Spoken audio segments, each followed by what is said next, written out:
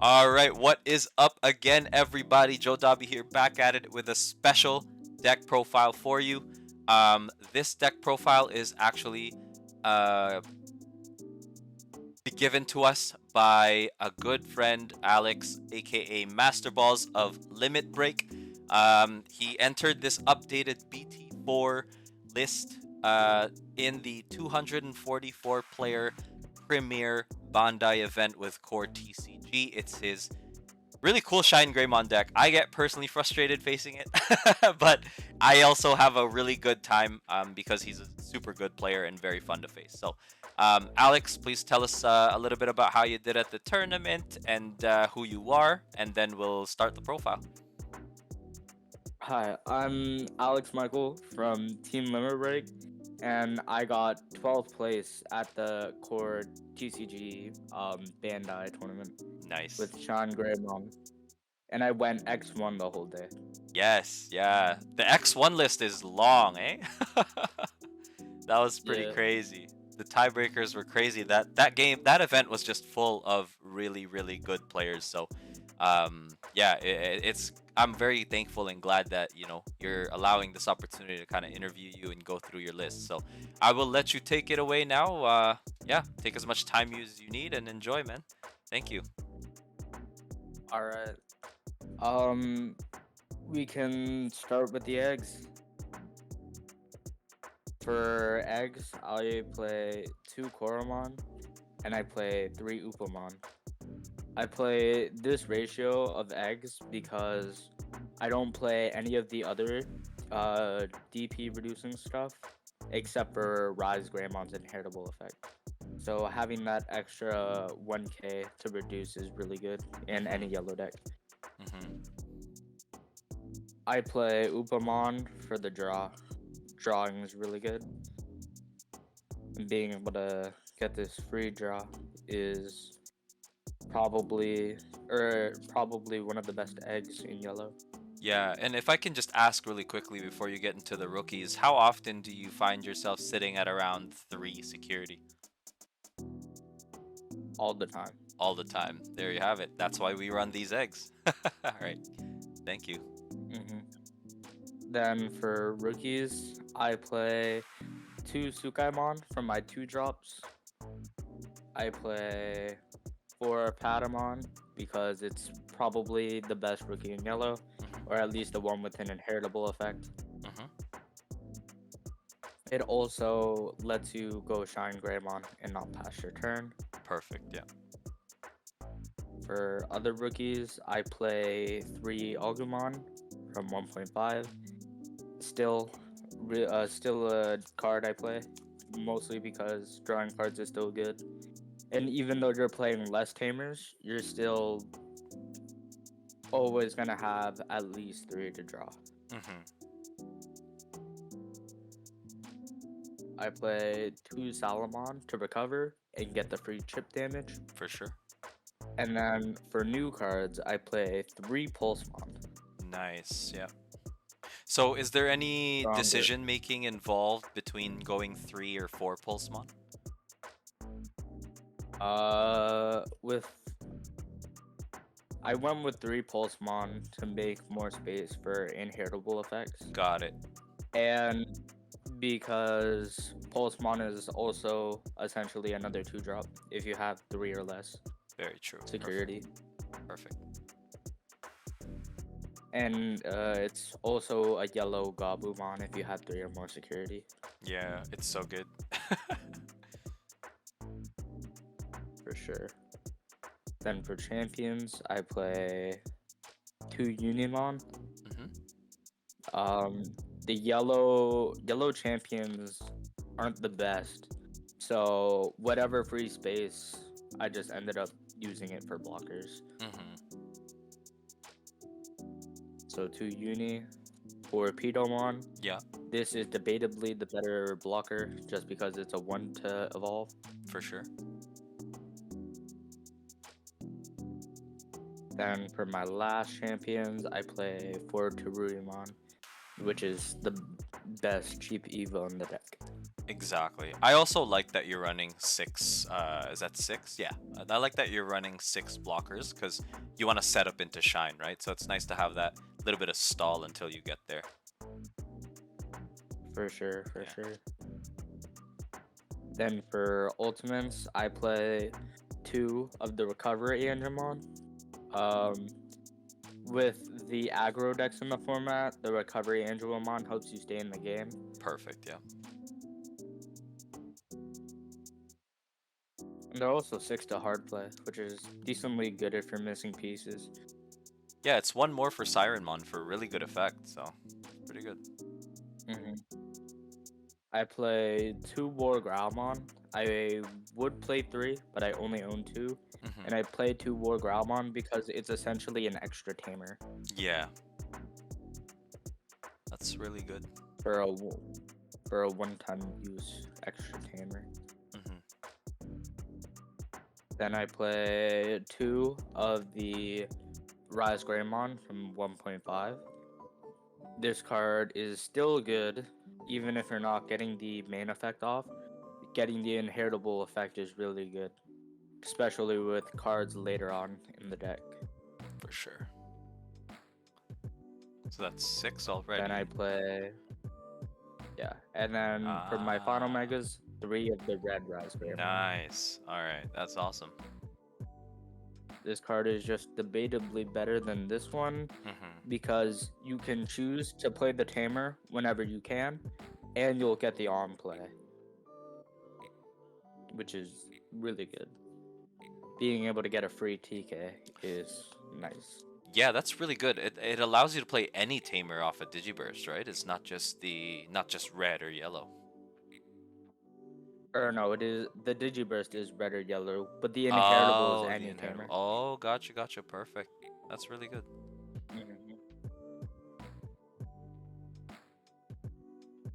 So that was all for ultimates. Then for megas, you of course play 4 Shinegreymon, the boss of the deck. Yep. Oh, I know about Shinegreymon. For sure.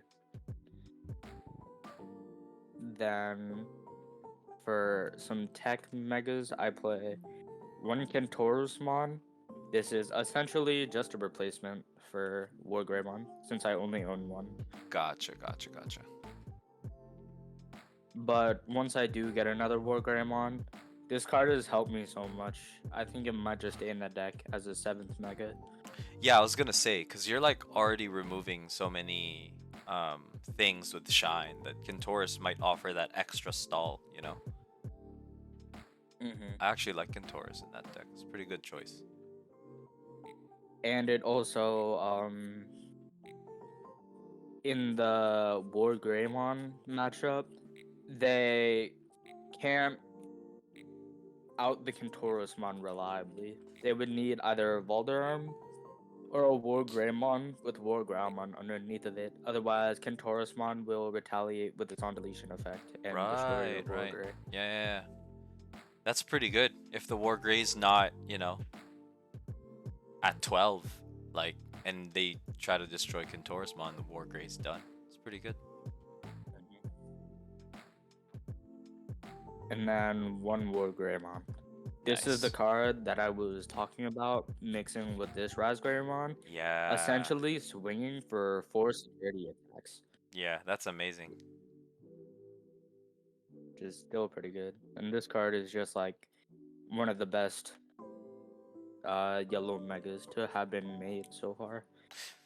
Yeah, I didn't even make that connection between the security attack +1 inheritable and War Greymon. That's actually pretty crazy.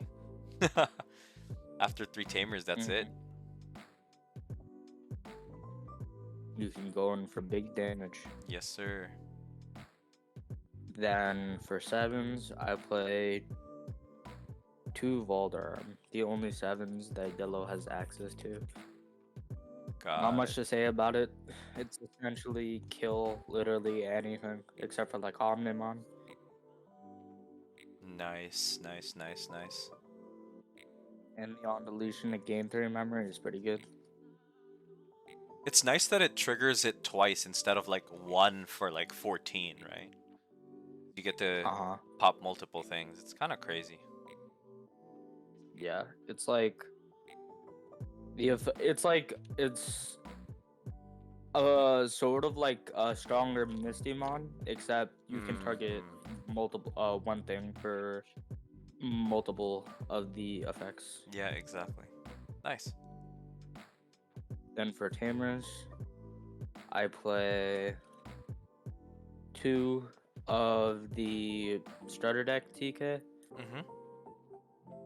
Still really good, especially since Wargreymon so prevalent in the format. Being able to boost your guys up, like having 2 of these out, any of your ultimates can crash with a Wargrey when it goes into security.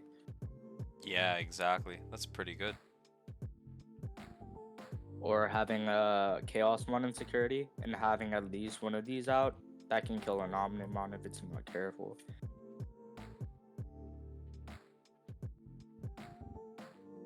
TK, and then I play 3 Kari. Mm-hmm. Still one of the best tamers in yellow. Arguably the best in my opinion, but I've never played it. I've just experienced the effects on the other end. hmm The extra memory is really useful, especially Yeah. when you're always like at 3 security. Yeah, oh man. Nice. Really good stuff. And then finally, 4 TK. I think the best tamer to have been made so far. Really? People used to say Mimi, but I think TK, I actually have to agree with your sentiment when it comes to TK. It just helps the win condition of every yellow deck so much.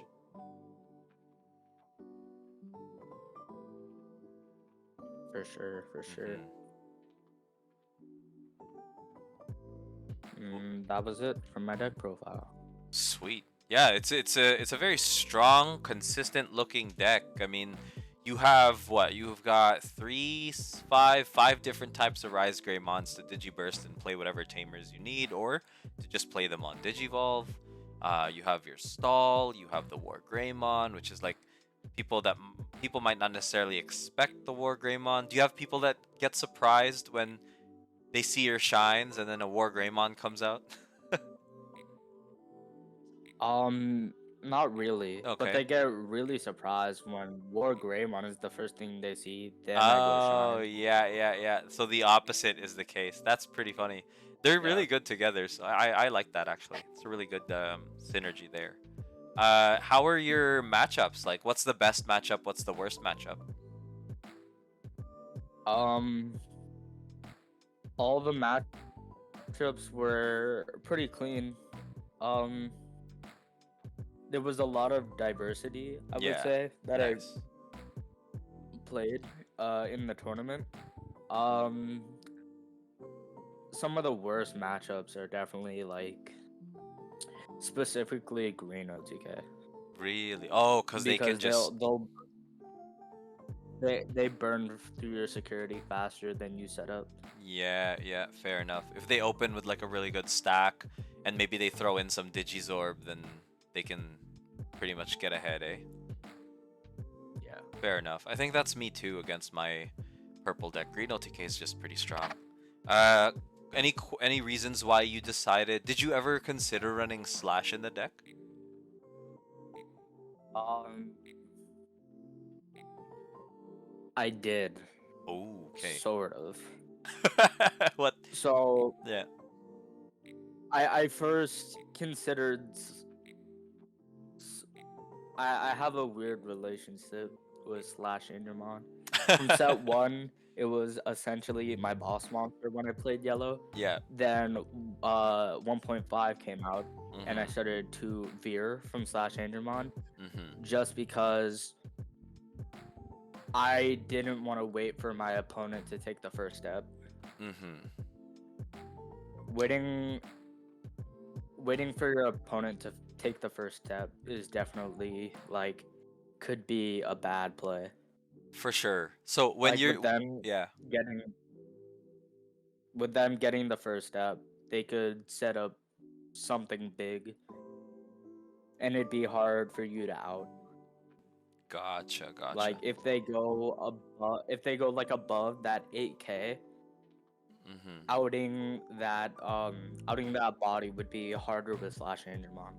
Yeah, I do have If to. you get what I mean. No, I get it completely. In my Wargreymon matchups against my Purple Cerberus, I really just saw Wargrey and Slash together. I didn't see any shines in the way that your deck is designed. So like when my Werewolf was out, Slash couldn't kill it at all. It almost felt like the card would die against certain matchups. So I do like that you took that into consideration and that you ended up coming out with Wargrey and just the Kentaurus, because I think they're much more valuable. I do agree with that. Moving on to, I guess, my last question for you today. When you were making the switch from BT 1.5 to BT4, I know some of the reservations that other players have is their Tamer count. So can you talk a little bit about the process of, you know, determining exactly how many Tamers you're playing now versus in BT 1.5, and how does that feel overall? 1.5, you would have had to play, or not had to play more Tamers, but it would have been more beneficial to play more Tamers because you're playing stuff like Glorious Burst, which Yeah. benefits from you having multiple Tamers, or essentially that. Or with the new set, you have more options to go with. Mm-hmm. Because of all the new support this set, you can afford to play less Tamers because you'll have more removal and stuff like Wargreymon Mm-hmm. or Valdararm as well. So does it look like, are you playing 9 Tamers is what I'm seeing? Yeah, 4, 7, 9, correct. Yeah, nice. And I don't think I saw any option cards. Am I correct on that? I just wanted to clarify. No options. Yeah, I don't even think you need options, so I do agree with that. Uh, yeah, I feel like, would Blinding Ray hurt this deck at all? To an extent, it would.